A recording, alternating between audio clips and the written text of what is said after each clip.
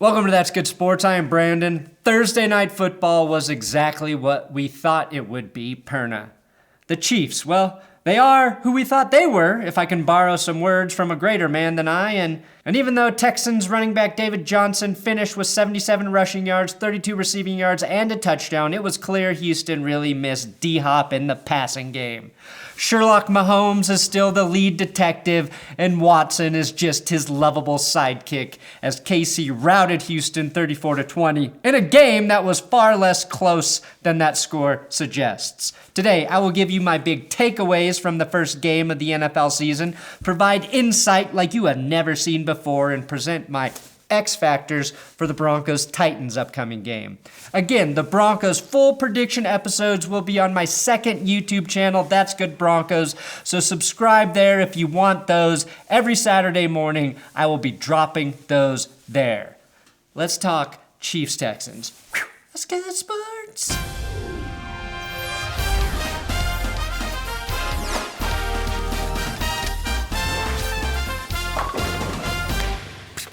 Please subscribe to this YouTube channel. Convince your mom to subscribe here. I do NFL news updates with a little bit of humor every day, almost every day. Speaking of every day, this episode's sponsored by Raycon and the Everyday E25 earbuds. Next to the affordable price of Raycons compared to other premium wireless earbuds, my favorite thing about them is their noise isolating fit. What does that mean? It means they fit so snugly in your ear caverns that they block out a surprising amount of external noise. I have a new baby at home, in case you didn't know, and the only way I have been able to fall asleep at night is with my Raycons in. If I can't sleep, I can't write terrible football jokes for these videos. I even bought a pair of the Everyday E25s for my writing partner Will because he was complaining about the paper-thin walls in his apartment. And I'll let you imagine what he was hearing. So, go to buyraycon.com/that'sgood, select the Everyday E25 earbuds, pick a color that suits your personality, and then use these bad boys to listen to my show. Do it. Raycon, link below. Now, I personally would never mess with a dude who shows up to a football stadium in this outfit. If you're going to arrive at an NFL game dressed like a man trying to lure children into his bed, you better catch more than one pass for 6 yards, McCole, soft man. Charmin Soft is your new nickname. Did he lose a bet? I know he dresses uniquely. He did it last year, but going from the Fresh Prince or a fighter pilot to a mom with the secret opioid addiction is baffling. The last time Andy Reid was yelling this closely at a glass shield was when they ran out of mashed potatoes at Hometown Buffet. Finally, we get the POV from the buffet. We see what the buffet sees when Andy Reid is angry. Now, once the Chiefs established a big enough lead in this game, Andy Reid turned into Iron Man and just flew the hell out of the stadium. Oddly, Reid hates the Iron Man movies. His top films, of course, are Man in the Iron Mask, The Mask of Zorro, and The Mask. Those are literally the only notable movie titles with mask in them. I dare you to find another. The only question that remains is who would win in a meme-off now? Foggy Face Mask Reid or Scooter Elway? Johnny John John! The Texans used both Duke and David Johnson. If you've got two Johnsons continually trying to penetrate a single unit unwilling to bend, someone's going to get hurt. And that's exactly what happened to Duke Johnson when the Johnsons crossed swords in a moment of confusion. David Johnson did score the first touchdown of the 2020 football season, but keeping in theme here, it was actually J.J. Watt who stepped in for the injured Johnson to go backdoor on the guys. J.J. Watt he goes backdoor on you. And what that means is generally when... If Joe Thomas is laughing about this, it's okay for all of us to laugh, and I had to put it in the episode. This was Roger Goodell at the most exciting point in the game, doing a great job at proving he is still a huge American football fan. Okay, number one, American ball, okay with me, Goodell. If you can pinpoint what accent that is in the comments, I will be surprised. Demarcus Robinson dropped 2 passes in the end zone for the Chiefs before Mahomes decided to never throw to him again and just went back to his bread and butter of Kelsey, Watkins, and Hill. Mahomes threw 3 tutties and became the fastest quarterback to get to 77 touchdown passes. And it's safe to say that Demarcus Robinson now leads the league in dropped touchdown passes. Mahomes and Watson met on the sideline, where they practically Frenched each other in front of all of us. And I applaud Chiefs fans for not booing that. They may be tired of hearing messages about equality and unity, but they're no homophobes, and at least that's something. However, the controversy didn't end there, as Skip Bayless said real quarterbacks never show affection for one another and should be completely devoid of human emotions at all times if they want to be real leaders. Now, here are my big takeaways from this game, and they are big. The Texans are still great at scoring against the Chiefs early and then playing horribly for 2.5 quarters and then scoring a couple garbage time touchdowns, so people just looking at the box score don't know how bad the ass beating they just endured truly was. Clyde Edwards-Helaire, Clyde the Glide, lived up to the hype. He broke the 100-yard rushing mark early in the third quarter and finished with 138 yards and 5.5 yards per carry. The Chiefs, with a reliable, consistent running game, is a scary thought.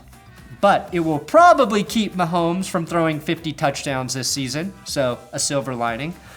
Clyde's going to have a tremendous rookie season. But the bigger question may be, is the Texans' defense putrid?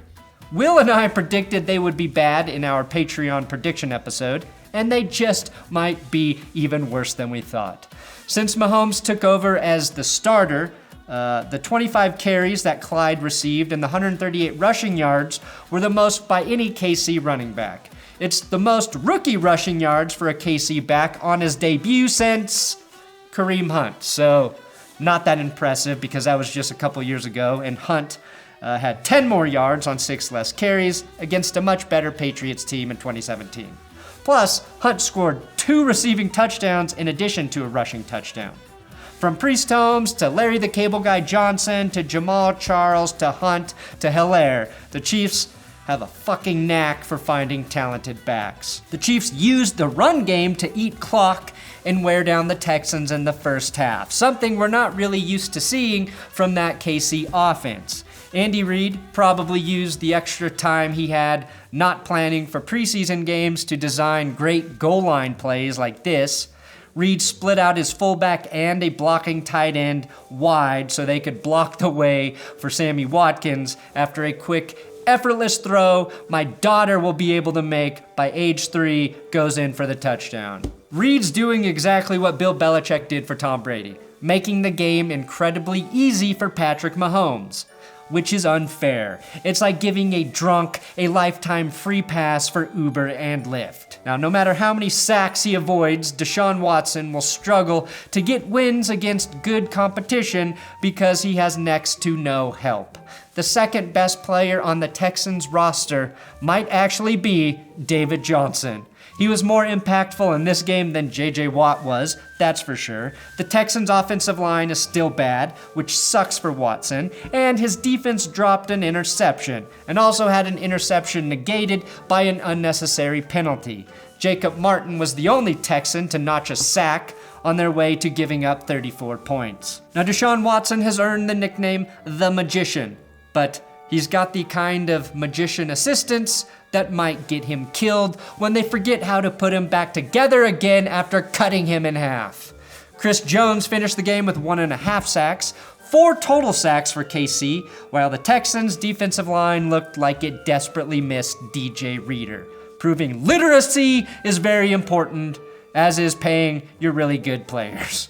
The Chiefs did lose corner Charvarius Ward, who suffered a broken hand. He has to get hand surgery this week, but he may not miss that much time if he can play with the cast. DeAndre Hopkins tweeted this during the game: "Grateful." That's all he tweeted, just grateful. And many thought he was throwing shade at Houston. Especially this guy, who called him a spiteful millennial.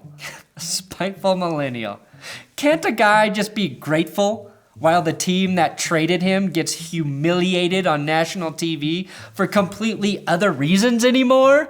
God, maybe he's just happy to be in a dry heat instead of that swamp city you call Houston. Or maybe he's watching the Umbrella Academy and is surprised there's actually a fresh and artistic take in the superhero genre. At least that's what I've been doing at 2 in the morning when feeding my newborn. Now, as promised, I have the X factors that could swing the Broncos-Titans game in any direction. Maybe I should call it the Big Dick Swingers, the Big Dick Swings. That seems a bit more on brand. So if you want that full episode, again, go to That's Good Broncos right here on the YouTube.